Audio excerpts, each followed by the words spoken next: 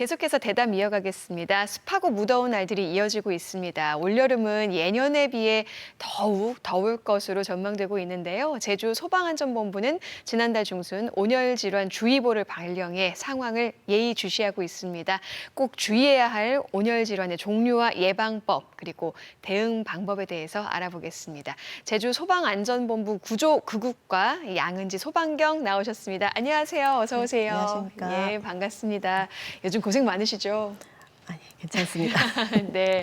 지난달에 이제 온열질환주의보를 발령했다고요. 이게 어떤 내용인 거예요? 네, 저희 소방본부에서는 시기별로 자주 발생하는 안전사고를 분석한 결과를 바탕으로 해서 안전사고주의보를 발령하고 있는데요.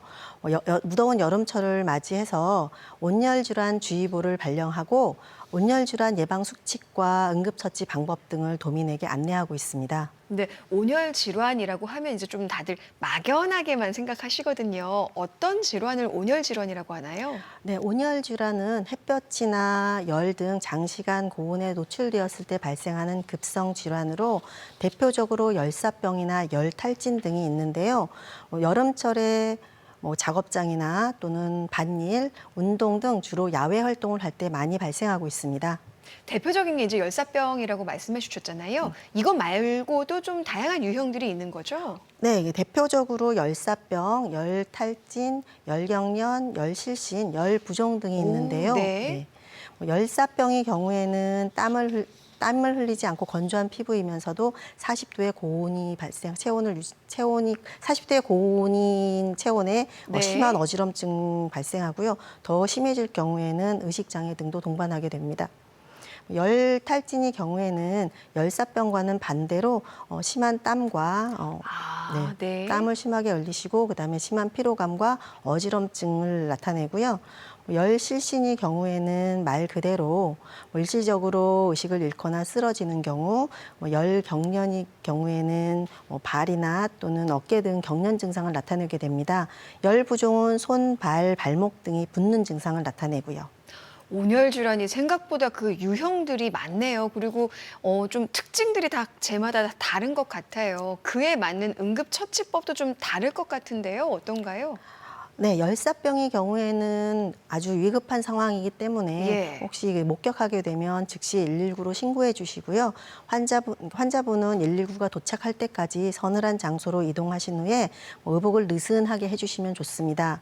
그다음에 서늘한 물을 피부에 적신 다음에 부채나 선풍기 등을 활용을 해서 체온을 떨어뜨려 주시는 게 좋고요. 네. 환자분한테 물 등을 먹게 해서는 안 됩니다. 네. 물을 먹게 해서는 안 돼요. 네네, 물을 먹도록 해서는 안 되고, 네. 그다음에 열탈진의 경우에는 좀 땀을 많이 흘렸기 때문에 충분한 수분을 섭취할 수 있도록 해주시고, 충분한 휴식 뒤에도 증상에 호전이 없으면 병원 방문을 하는 것이 좋습니다. 그다음에 열실신이나 열부종의 경우에는 서늘한 곳으로 이동을 하셔가지고 증상이 호전될 때까지 평평한 장소에 누우셔가지고 다리를 조금 올려주시는 게 좋습니다. 열경련의 경우에는 열경련도 시원한 곳으로 해서 충분한 수분을 섭취할 수 있도록 해주시고요.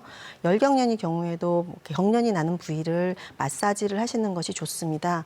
이 경우에도 증상에 호전이 없으면 병원을 방문하시는 것이 좋습니다. 일단은 좀 서늘한 곳에 놓고 좀 열을 빼는 게 포인트인 것 같은데 증상별로 아까 그 물을 마시면 안 되는 경우가 지금 있는 거죠? 네네. 그게 실신했을 경우에? 예. 아까쯤에도 말씀을 네네. 드렸지만 환자분이 의식이 없을 경우에 예. 대부분은 정신을 차리게 하기 위해서 물을 준다거나 물을 등을 마시게 하는 경우가 예. 있는데요. 의식이 없는 경우에는 절대로 물이나 음료 등을 마시게 해서는 안 됩니다. 네. 특히 또한 그러니까 땀을 많이 흘려서 수분을 섭취하기 위해서 물 대신에 당이 많이 들어가 있는 네네. 음료나 이런 것들을 마시는 것도 주의하셔야 합니다. 이온 음료 같은 거 드릴 수 있는데 이온 예. 음료 같은 경우에도 마시는 거 좋긴 하지만 거기에 당이 많이 들어가 있으면 주의하시는 게 좋습니다. 그렇군요.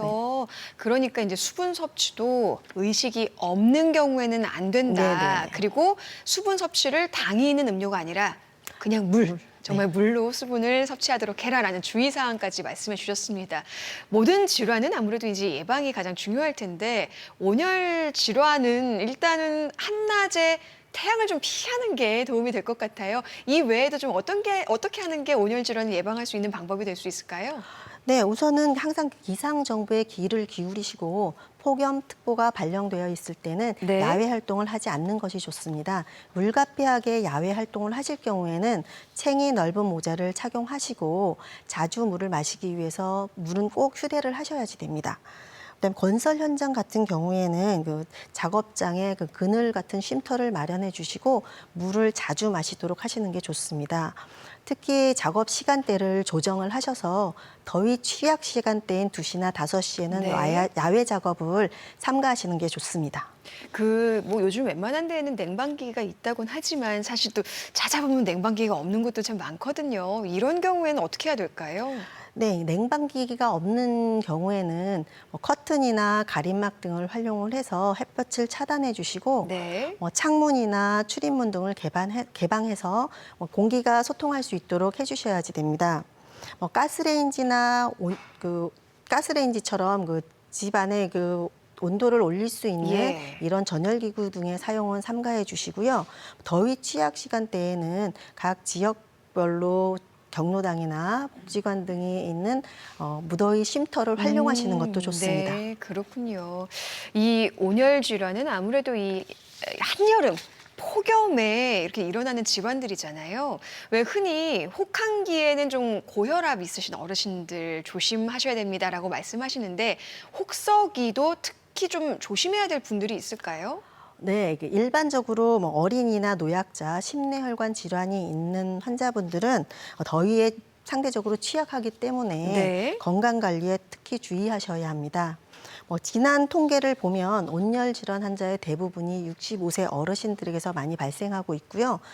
자주 발생하는 장소를 보았을 때는 야외, 특히 농업 활동 중에 많이 발생하고 있습니다. 네. 그러므로 야외 활동을 할 경우에는 이제 온열 질환 3대 수칙인 물, 그늘, 휴식 이 3가지를 꼭 지키는 것이 중요합니다. 물, 그늘, 휴식. 그리고 한낮에는 이제 일하지 마시고 혹시나 하게 되시더라도 혼자는 나가시면 정말 위험하겠어요. 옆에 누군가가 꼭 있어야 될 것 같습니다. 네, 맞습니다. 네, 이 온열 질환뿐 아니라 여름철에 주의해야 될 점이 또 있죠. 이를테면 좀 냉방병 같은 거에 좀 반대되는 건데 더워도 이제 너무 덥다 보니까 자연스럽게 좀 시원한 곳만 찾게 되고 에어컨을 빵빵하게 틀다 보고 하면 이게 또 몸에 좀 무리가 가죠. 이렇게 냉방병 증상은 어떤 게 있는지 그리고 예방법은 어떤 게 있는지도 좀 알려주세요.